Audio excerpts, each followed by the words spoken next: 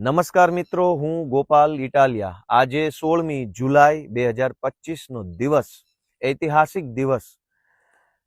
આજે ગુજરાતની વિધાનસભાના સભ્ય તરીકે મારી શપથવિધિ હતી.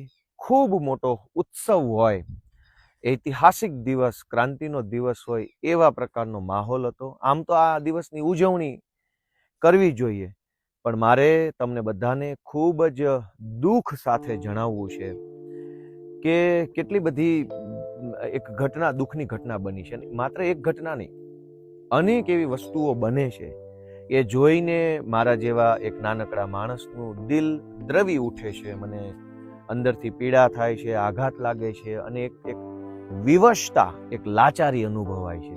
આપણને એમ થાય છે કે આપણાથી કંઈ થઈ શકતું નથી. અને જ્યારે આપણા મનમાં એવું થાય કે મારાથી કંઈ નથી થતું, એ જે પીડા છે એ દુનિયાની સૌથી મોટી પીડા છે. પીડા શું છે દોસ્તો? કે સુરતની અંદર, કતારગામની અંદર 19 વર્ષની એક નિર્દોષ માસૂમ દીકરીએ પંખે લટકી જઈ અને આત્મહત્યા કરી લેવી પડી. એનું કારણ શું?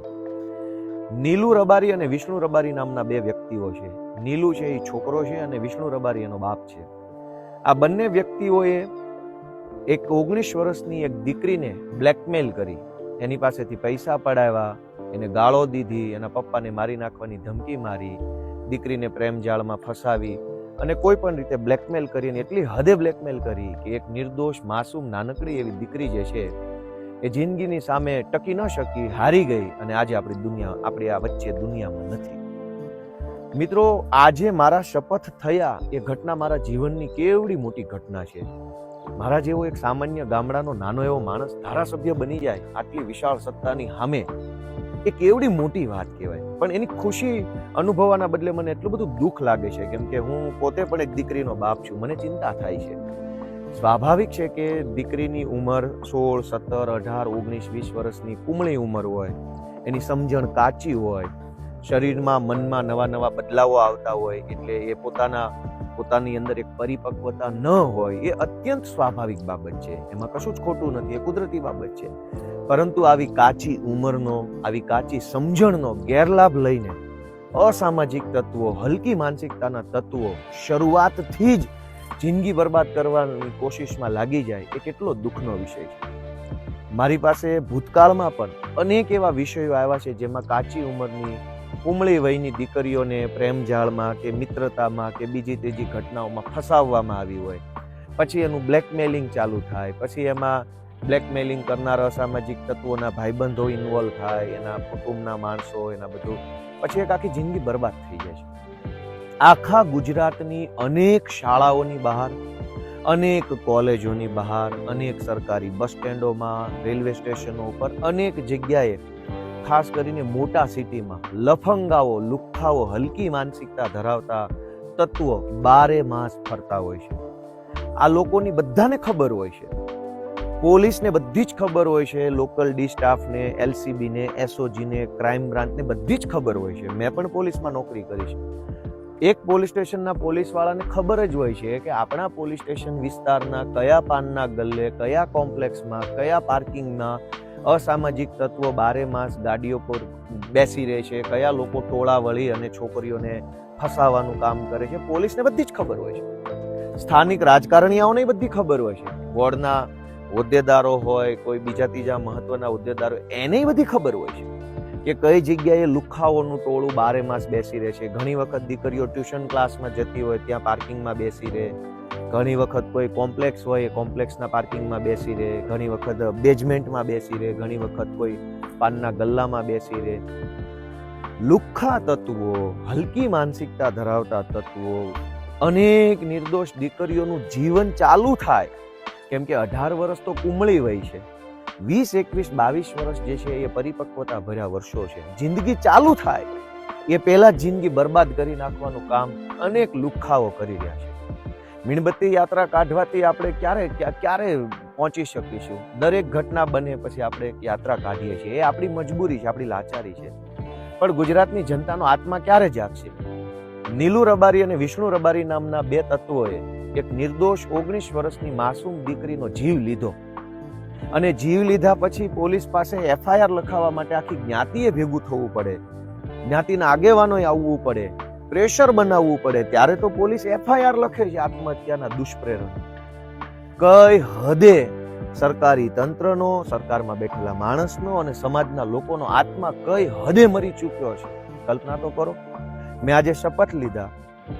મારી ઈચ્છા એવી હતી કે હું જનતાને આત્મા જગાડવાની અપીલ કરીશ કે ભાઈઓ, તમારો આત્મા જગાડો. કેટલી ઘટનાઓ બની રહી છે. ભેસાણની સરકારી કોલેજના પ્રોફેસરે ભેસાણની સરકારી કોલેજમાં ભણતી દીકરીઓને વિકૃત મેસેજ મોકલ્યા. મહેસાણામાં હમણાં એક ઘટના આવી હતી. મેડિકલ કોલેજની દીકરીઓને, સરકારી મેડિકલ કોલેજના પ્રિન્સિપાલે દીકરીઓને એવું કીધું કે હું કહું એમ કરશો તો પરીક્ષામાં પાસ થશો, નહીં તો તમને નપાસ કરીશ. આ સિવાય સુરતની જ એક મોડલે હમણાં લુખા લફંગાના ત્રાસથી આત્મહત્યા કરી લીધી. અમદાવાદમાં ચાંદખેડામાં એક દીકરીએ હમણાં લુખાઓના ત્રાસથી આત્મહત્યા કરી લીધી. હજુ છેલ્લા 1 મહિનાની જ ઘટના જો આપણે ધ્યાને લઈએ, માત્ર 1 મહિનાની, તો પણ લગભગ 10 દીકરીઓએ યા તો આત્મહત્યા કરી લીધી છે, યા તો આત્મહત્યાની કોશિશ કરી લીધી છે, માત્ર 1 મહિનામાં. લુખ્ખા લફંગાઓના ત્રાસ. સરકાર શું કરે છે? આટલા બધા પોલીસ વાળા, આટલા બધા મંત્રી, આટલા બધા સચિવો, આટલા બધા ઉપસચિવો, નાયબ સચિવો, મદદનીશ સચિવો, મુખ્ય સચિવ, કલેક્ટર, પ્રાંત, PSI, જમાદાર, હજારો લોકોનું બનેલું તંત્ર ગુજરાતની એક દીકરીનો જીવ ન બચાવી શકે. તો હવે તો આપણે આંખ ઉઘડવી જોઈએ. હવે તો આપણો આત્મા જાગવો જોઈએ. ક્યારે આપણો આત્મા જાગશે? કતારગામની દીકરીની એક વાત નથી, મહેસાણાની દીકરીનો પણ વિષય છે, રાજકોટની દીકરીનો વિષય છે, સુરતની અંદર અડાજણ પાલ વિસ્તારમાં બનેલી ઘટનાનો પણ વિષય છે, પાટણની દીકરીનો પણ વિષય છે, દાહોદની અંદર જે શાળાના આચાર્ય એક માસૂમ દીકરીને પીખી નાખી એનો પણ વિષય છે, ભેસાણની દીકરીનો પણ વિષય છે. ક્યાંનો વિષય નથી. ચારો તરફ રાક્ષસી માનસિકતા ધરાવતા, વિકૃત માનસિકતા ધરાવતા અસામાજિક તત્વો આપણી ભોળી, નિર્દોષ, માસૂમ દીકરીઓની પાછળ પડ્યા છે. કોણ બચાવશે આપણી દીકરીઓ? માસૂમ વય હોય. હવે તકલીફ શું થાય છે કે આ અસામાજિક તત્વો રાજકોટ, સુરત, અમદાવાદ, વડોદરા જેવા મોટા શહેરોની અંદર ગેંગ બનાવીને દીકરીઓને ટાર્ગેટ કરતા અસામાજિક તત્વો જે છે એ 17, 18, 19 વર્ષની દીકરીઓને ફસાવે, એના ભોળપણનો લાભ ઉઠાવે, એની કાચી સમજણવાળી ઉંમરનો લાભ ઉઠાવે, પછી એને બ્લેકમેલ કરે. અને પછી શું થાય? ઓલા ગુંડા તત્વોને ખબર છે કે દીકરીની ઉંમર ખૂબ નાની છે, એટલે એના મા બાપ જે છે એ સમાજમાં બદનામી થવાના ડરે કે અમારી દીકરી વિશે ખરાબ છપા છે એવા ડરે એ કઈ કાર્યવાહી નથી કરતા, જાતું કરી દે છે. ટાર્ગેટ બેઝ આવું કામ હાલે છે. Target base. દોસ્તો, આપણી 18, 17, 19, 20 વર્ષની દીકરીઓની પાછળ લફંગાઓ ટ્યુશન ક્લાસમાં, કોલેજમાં, યુનિવર્સિટીઓમાં, કોમ્પ્લેક્સની અંદર, મલ્ટીપ્લેક્સમાં, બધી જ જગ્યાએ ફરી રહ્યા છે. અને આ બધા જ લફંગાઓને સ્થાનિક પોલીસ અને સ્થાનિક નેતાઓનું સંરક્ષણ છે. એટલે આપણે એવું કહીએ કે આ લોકોને કેમ કોઈની બીક નથી? બીક ક્યાંથી હોય? જેની બીક લાગવી જોઈએ એનું જ પ્રોટેક્શન હોય તો શું થશે? એટલું બધું અંદરથી દુઃખ લાગે છે. મારી પાસે શબ્દો નથી. આમ તો હું આક્રોશનો માણસ છું. મારા શબ્દોમાં આક્રોશ હોય છે, પણ આજે મારે નથી વ્યક્ત કરવો, કેમ કે મને દુઃખ લાગે છે. આવું ન થવું જોઈએ. તમે નાની કુમળી ભોળી વયની દીકરીઓને ફસાવીને અનેક દીકરીઓની જિંદગી બરબાદ થઈ રહી છે. અને પોલીસ પછી એવું કહે છે કે અમને માહિતી આપજો, અમને માહિતી મળશે તો અમે એક્શન લઈશું. કોઈ હજારો લોકો એકઠા થઈને આંદોલન કરવાના હોય ત્યારે તો તમને મહિના અગાઉ માહિતી મળી જાય છે. તો એક બળાત્કારી માનસિકતા ધરાવતા વિકૃત વ્યક્તિની માહિતી પોલીસને એડવાન્સમાં કેમ નથી મળતી? જનતા ધરણા કરવાની હોય તો પોલીસને ખબર પડી જાય છે, જનતા રેલી કાઢવાની હોય તો પોલીસને ખબર પડી જાય છે, જનતા સરકારની વિરુદ્ધમાં કોઈ આંદોલન કરવાની હોય તો પોલીસને ખબર પડી જાય છે.